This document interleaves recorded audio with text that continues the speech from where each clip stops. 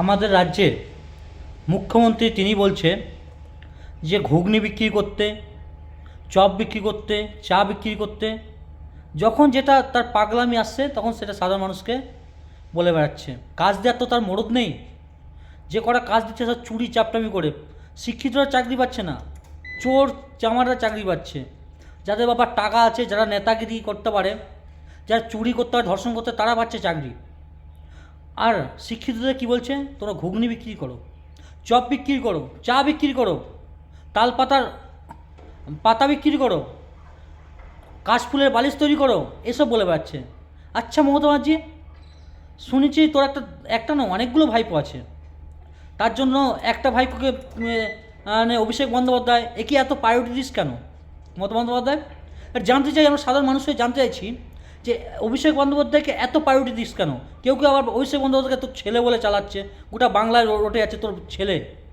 মমতা বন্দ্যোপাধ্যায়ের ছেলে কে না অভিষেক বন্দ্যোপাধ্যায়, এটাই জানা যাচ্ছে। আমরা এটুকুই জানি, এটা কি সত্যি কথা না মিথ্যা কথা? আর দ্বিতীয় কথা হচ্ছে, এতগুলো তোর ভাইপো থাকতে অভিষেক বন্দ্যোপাধ্যায়কে এত প্রায়োরিটি দিচ্ছিস কেন? কেন তোর ছেলেকে বলতে পারিস না বা ভাইপোকে বলতে পারছিস না যে তাকে ঘুগনি বিক্রি করতে? তাকে কেন গরু চুরি করাচ্ছিস? তাকে কেন মদের থেকে ট্যাক্স নিয়ে ফাঁপিয়ে ফুলে তুলা করাচ্ছিস? তাকে কেন কয়লা চুরি করেছিস? তাকে কেন আমাদের বাংলা মানুষের খেটে খাওয়া এক এক পরে মানে ট্যাক্সের টাকা তাকে তাকে দিয়ে চুরি করাচ্ছিস কেন? চাকরি চুরির টাকা কেন? লিপস অ্যান্ড বাউন্সের যে 150 কোটি টাকা সিবিআই যে জব্দ করেছে, সিবিআই যে 150 কোটি টাকা যে পর্যাপ্ত করেছে, সেই টাকাটা বাংলা মানুষকে জানাতে পারছিস না কোথা থেকে এলো, কেন করেছে, সেটা নিয়ে কেস করতে পারছিস না কোর্টে? লিপস অ্যান্ড বাউন্সের টাকাটা কেন